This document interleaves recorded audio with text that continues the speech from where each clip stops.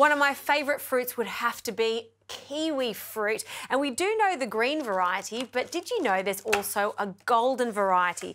They are super sweet, and yes, they're fantastic as a snack. They're also fantastic on a pavlova, but you can also use them in a savoury context. So I'm going to make a golden kiwi fruit relish and serve it with some onion bhajis. This is a fantastic appetizer for when you've got some friends coming over. So I'm just taking the skin off, and you can use your knife like I am, or just a peeler.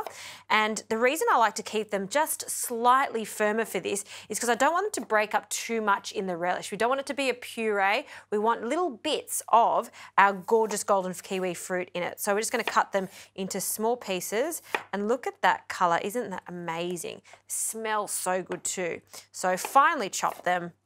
We want them into about 1 centimetre pieces, but you can be quite rough with it because it does break down slightly as it cooks. You'll need about 4 of these golden kiwi fruits. Now let's make the relish. So we don't need to fry anything, we just pop it all in one pot. 1 finely chopped onion and a little garlic, and about half of this finely chopped garlic. The rest I'm going to use for the onion bhaji, so I'll pop that over there. Along with some chilli, again only using half of it, and we'll use the rest later. These are long chili, so they don't have that fieriness to them. They've just got that lovely warmth. Some ginger, again, only half of this knob of ginger. The rest can go into the bhaji. And I'm just finely grating it so we get more of an intense ginger flavour.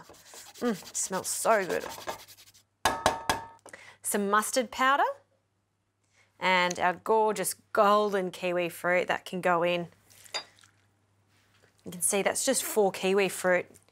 We're going to get so much out of that. And don't forget all the juices, we want that to make our lovely relish. Okay, to enhance its sweetness, some brown sugar and some apple cider vinegar. And that's usually all you need for relish, but just to give it a head start, about 80 mils of water. That will evaporate later on. So heat can go on, and I'll give that a stir to combine everything together. Lid goes on. We're going to cook this for about 30 to 40 minutes, or until it breaks down and becomes a really deep golden colour. While that's cooking, for the bhaji, so I've got some more onions here, and these are finely sliced onions. I don't want them to be thick because they do need to fry quite quickly, so you want them to be as fine as that. Into this, we're going to add some spices, so some ground coriander, some cumin. I love to add some turmeric for this, and the turmeric's going to give it a lovely golden colour too, so in that goes. The rest of that chilli that we've reserved, and our garlic, some more ginger, just finely grating that in again, and coriander. So we do have coriander powder in there, but I do like the freshness of fresh coriander, and just roughly chop. Now we need some binding agents. So good old egg, we'll add 1 of those into our onion mixture. And I'm going to use some chickpea flour, which is very traditional in bhajis. You can also use plain flour, but if you can get your hands on chickpea flour, do use it. It also makes it a fantastic option for those who can't have any gluten. So now we're going to mix this up. You know what, just take the spoon out and use your hands. It'll seem like there's quite a lot of flour in this, but as you start to mix and squeeze all these ingredients together, it'll start to become quite sticky because of the moisture in the onions. Now, to see that this is the right consistency, just grab a little mound of it in your hand, and if it just sticks together, that is perfect. I kind of like the little bits and bobs everywhere because that's going to give us a crispy effect, and everyone loves a little crispy bhaji. So that goes into the oil, 180 degrees, and we'll just gently lower it in. Perfect.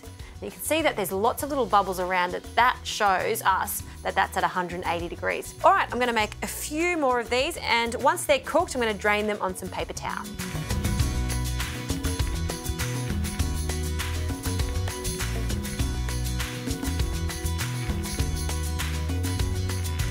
How good do these onion bhajis look?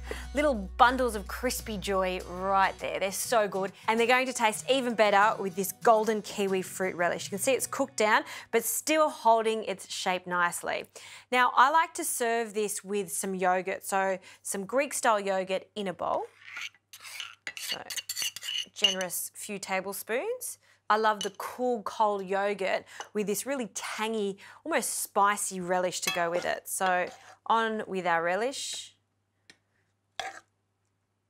Just in the centre there, a little more. And we'll just pile up these onion bhajis. You can see how they've held their shape nicely, and that's because of the chickpea flour we've used. Finally, if you've got a little of your coriander left over, just scrunch it up and finely chop it. Again, just for that freshness that I want to impart in this whole dish. Little sprinkle over the top. Now, we know golden kiwi fruit is fantastic as a snack, but this dish shows you how fantastic it is when it's turned into something savoury. I'm gonna have a little taste. Crunchy, zingy, sweet. That is an absolute delight.